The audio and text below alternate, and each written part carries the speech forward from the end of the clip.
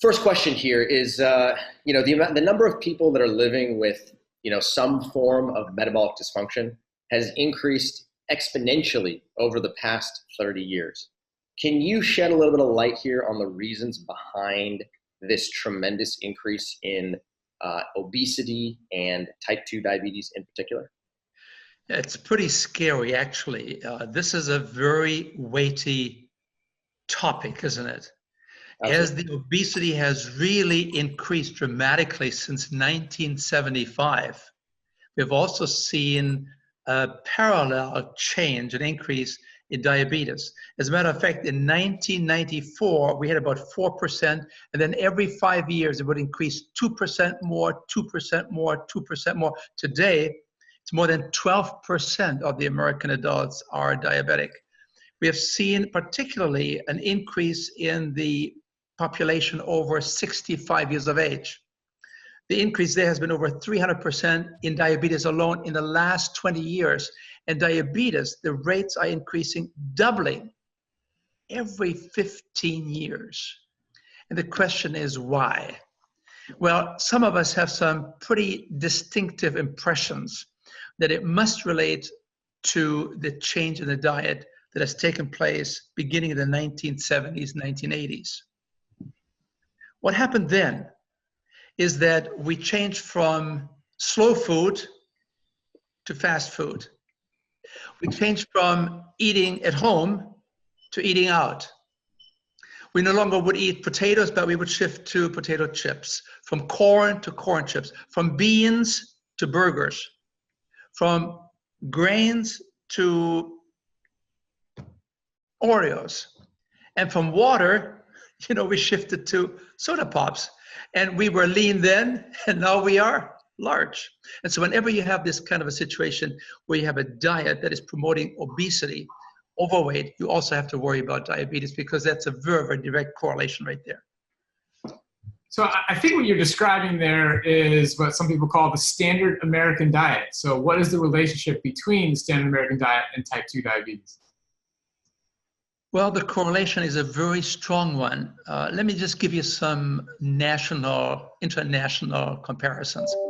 Japan, 1960. In Japan, it was difficult to find diabetes. Less than 1% of the adults had diabetes. 2000, 40 years later, it is now 15% of the adult population in Japan has diabetes.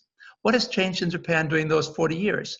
We introduced not only MacArthur and democratic kind of a principles in Japan, but we also changed McDonald's. The food industry kicked in, and it became a status symbol to have these Kobe big steaks. And with that, we began to realize and see how the carbohydrate consumption actually declined. Complex carbohydrates, starchy foods like the rice began to become less and less, and the fat increase was very prominent. So there's a relationship there between the amount of fat in the diet, apparently, and with that probably also with the refinement comes less fiber. So I think the suggestions are very, very strong that when you reduce fiber in the diet, you refine food, and as you eat more fats, such as refined foods again, and perhaps more animal products, you will always see an increase in diabetes. Okay, this is actually really interesting because, there's a lot of people who might argue otherwise, and they might say, oh no, diabetes is caused by carbohydrate. When you eat too much carbohydrate, you actually force your pancreas to secrete too much insulin, and therefore don't eat carbohydrate-rich foods. Eat more meat, eat more cheese, eat more fish, eat more bacon, eat more eggs. Yeah, it all started with the pharaohs. Do you know that? Go for it. Tell the story. It's an amazing story. When the priests, who were the doctors then of the pharaohs, when they suspected and they wanted to take care of a status report on the health of the pharaohs, they would usually collect some urine and they would pour it on the sand outside. And if the ants would come and be attracted to the urine of the pharaohs, they knew the pharaoh had diabetes. We call it diabetes mellitus, sweet urine, sweet diabetes. And ever since that time, we have this idea, aha, diabetes. The person cannot handle sugar. Therefore, don't eat any carbohydrates.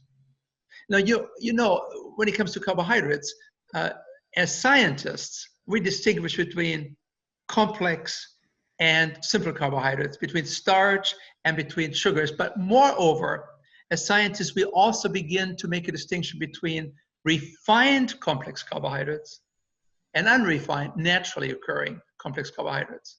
And once you understand that big difference there, you have the key to understanding why we have so much confusion today in the area of diabetes management as it comes to food. Because the average person has the idea, don't eat sugar, don't eat carbs, and starches are carbs. Therefore, don't eat starch because starch turned into sugar. And the exact opposite is true if you can eat the carbs as complex carbs that are unrefined, such as whole grains, oats, perhaps beans would be a great source there too. Once you have the unrefined, naturally occurring starchy foods, you're doing fine, because the magic here is the starch.